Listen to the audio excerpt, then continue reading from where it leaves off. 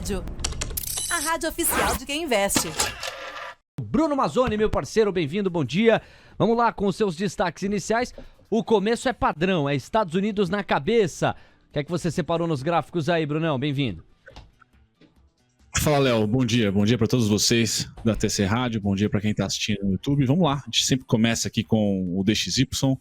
Lembrando que hoje, pessoal, hoje não, nessa semana, sexta-feira, é vencimento de opções, então temos mais volatilidade aguardada aí para o final da semana, muito posicionamento, inclusive ontem, que chamou muito a atenção, pulando para o lado brasileiro, antes de falar do DXY aqui, foi o movimento das estatais, então muito volume. Essa semana é uma semana aí que muitas das posições podem ser renovadas após o vencimento das opções na sexta. Começando com o DXY, hoje é um dia não muito agradável, então o DXY sempre tem uma barrinha azul aqui, vocês já devem olhar para a Libra caindo, ou pelo menos estabilizando. O DXY hoje acordou e está negociando com uma alta forte em relação ao dia de ontem, que manteve queda ou pelo menos dúvida. Tá? Então é difícil imaginar que vai ter vida fácil para os mercados hoje, com o DXY aí subindo 0,70, ele que não perde aqui embaixo para quem tem afinidade com gráficos, esse é um IFR, tá? Ele não perde os 50%, ele tende a não entrar numa tendência de queda, o DXY ainda bastante resiliente, infelizmente, tá? Quando a gente vai para a curva de juros, esse é o ticker aqui, quem usa o TradingView do US 10 Years, né? US10Y, também renovando máximas. Tá, então, esse movimento de DXY nem tanto, mas com certeza a da curva de juros, que o próprio Buller, que vocês estavam comentando, já colocou o padrãozinho dele ali entre 4,25 e 4,50, pois bem, o mercado está seguindo ele, tá indo para lá. E com curva de juros americana renovando máximas, pressiona o S&P. Tá? O S&P aqui deveria estar próximo das mínimas. Quem deu uma sossegada foi o DXY, graças à Libra, então é bem importante olhar como é que estão os formuladores de política de novo lá no Reino Unido para acalmar um pouquinho os ânimos do dólar, pelo menos, já que a curva de juros americana hoje estressa. E aí quando a gente olha para o S&P, dando um zoom para vocês, esse é o gráfico do S&P contrato futuro, que também é o Z, caindo. Tá? Então, natural, hoje é um dia na gringa de descanso da compra, eu ainda estou muito mais otimista do que pessimista. Hoje, essa semana aqui é uma semana que a gente fica blindado, um pouquinho, pelo menos menos sensível, o S&P está às condições macroeconômicas, já que o cenário corporativo vem muito bom. Tá? Achava que só os bancos seriam os protagonistas, mas a Netflix já divulgou um bom resultado, o que bate aí de frente com o DXY estressando, curva de juros estressando, tudo bem, mas o cenário corporativo no curtíssimo prazo pode apagar esse impacto que seria, sem o cenário corporativo, pessoal, seria negativo o dia de hoje, bastante forte de queda, porque o DXY está com quase 0,80% de alta, Léo. 8h58, bacana, primeiro overview, panorama com muito foco nos Estados Unidos, construído pelo Bruno Mazzoni. Agora é foco em commodities, Brunão, minério de ferro, petróleo, é que os gráficos dizem. Vamos lá, vamos começar com o petróleo, que está num preço muito mais estratégico para mim aqui. Então lembrem que desde a semana passada, aqui no Expresso da Manhã, a gente vinha colocando essa bandeira, né, o mastro bandeira aí para quem curte análise técnica, e a bandeira, na minha ótica, no mundo do Bruno aqui, chegou no final. Tá? Ontem ela chegou no final dos 88,94 e agora eu espero ver desequilíbrio pela parte compradora. Tá? Então não me assustaria, por exemplo, o petróleo subir nos próximos dias, ou pelo menos estabilizar entre 88 e 91. Tá? Quero ver o petróleo se movimentando para cima, então vamos olhar o setor, vamos olhar também a própria commodity, pode ser a protagonista entre hoje e amanhã. Temos dados de estoque, temos também a possibilidade hoje do pronunciamento dos Estados Unidos para saber quanto que vai ser liberado das reservas estratégicas, já que o Irã, né, dando as mãos aí para a Rússia, não me parece que vai entrar no acordo nuclear. Então é bem estratégico esse movimento, é bem protagonista, eu diria, o petróleo. Pode ser a partir de hoje até o final da semana. Se eu estiver certo, o movimento vai ser forte para cima e é isso que eu estou aguardando no petróleo. Vai me surpreender se ele romper os 84, por exemplo.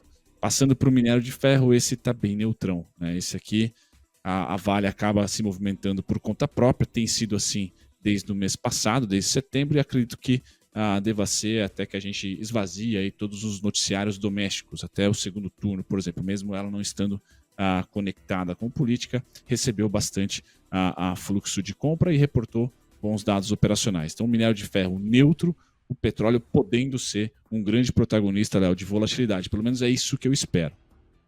Bom, fotografia das commodities feita novamente. Agora, meu amigo, a gente vai tabelar naquela dinâmica que só nós temos a respeito do mercado de futuros. Afinal, ele já manda o recado. Moeda americana abriu para cima hoje. 0,68% de ganho, máxima intradiária, R$ 5,294. Já temos um dólar se aproximando dos 5,30. O Ibovespa Futuro, bolsa para baixo, levemente, 0,20% de recuo, 117.425 pontos. E a curva de juros, Brunão, ela tá pedindo mais prêmio, uma média de 3 a 3 pontos base e meio a mais nos pedidos de prêmio, contratos curtos, médios e longos. Vamos com os pontos então, para dólar, para bolsa, Dolfut, Indifut no radar e a galera curtindo a cobertura do mercado de futuros a partir de agora, Bruno. Vamos lá, Léo. Rapidamente aqui para vocês. Começo antes de falar de índice e de dólar, pela importância que eu vejo dessa semana, é a curva de juros. Então, pessoal, a curva de juros não se movimentou o suficiente para o Ibovespa, de novo, testar as máximas do mês passado.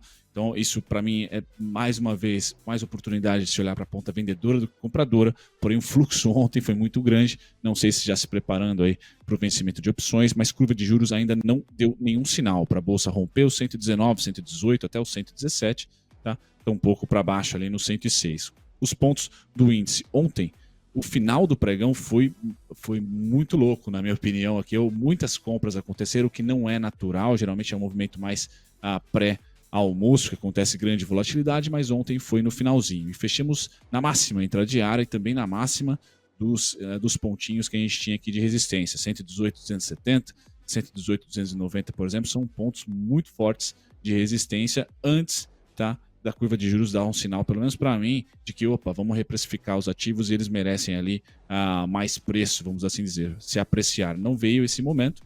Hoje, com essa abertura abaixo dos 117,620, pessoal, o mesmo é resistência. Então, por exemplo, se a gente voltar aqui de baixo para cima no 117,620, é o primeiro pedágio. Se não, eu só vou ter pedágio nas máximas de ontem. Então, como resistência, só esses dois pontos. Curva de juros não sinaliza ali que a gente deve romper. Caso rompa, Brunão vem aqui amanhã para se lamentar que chutou errado, né? Para baixo, 117,235 é a primeira paradinha fraca, pessoal, certo? 116,935, 116,880 são mais fortes. E bom, se hoje é um dia de estresse, de condições macroeconômicas e a gente não tem um cenário, nós aqui, doméstico, Brasil, não tem um cenário corporativo bombando, tá? A gente tende a cair mais do que o S&P, por exemplo, tende a cair mais do que o mundo, do que o S&P, porque nós não temos lá uma Netflix bombando nos seus resultados e outras empresas surpreendendo. Então não se assustem caso a gente caia. Hoje voltamos aí para 116,90, por exemplo, totalmente natural. Eu acho que o que chamou atenção e vale a pena ser monitorado é não amanhã, mas sexta-feira, o fluxo estrangeiro na Bolsa, porque foi muito intenso o volume, então a B3 sempre tem 48 horas de delay, é olhar aquela planilhinha da B3 gratuita no site, como que foi o fluxo de ontem, que chamou bastante atenção. Esses são os pontos do índice, passando para o dolinha, que não descansa. 5,256 foi o ponto de suporte dos últimos pregões, continua sendo, pessoal, infelizmente a gente não consegue romper ali. E agora, com essa abertura, 5,296,5, 5,296 é o primeiro ponto de entrave. E durante, até acho que pré-eleições, eu não tenho um cenário base que o dólar vai conseguir vencer os 5,318, os 5,333 ali, e tendo máxima 5,399. Tudo ok, a gente volta para o 5,11.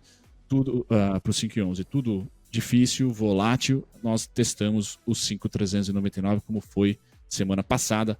Para baixo, os suportes além do 5,256 é o 5,231, 5,228,5, e eu desenhei aqui para vocês, caso a gente faça um fluxo de venda completo em relação à semana passada, os 5,204 e os 5,200,5 seriam os alvos. Léo, hoje não é só o nosso dólar que está mais forte, mas é o dólar mundo, tá? Não é um movimento então doméstico, é mais um movimento internacional. Perfeito. Bruno Mazzoni ao vivo com a gente nestes 12 minutos de Morning Call, assentado nos gráficos. A gente agradece bastante, Brunão, e volta a se falar mais tarde no nosso Bom Dia 2.0. Até lá. Até lá, Léo. Até daqui a pouco. Valeu. TC Rádio, a rádio oficial de quem investe.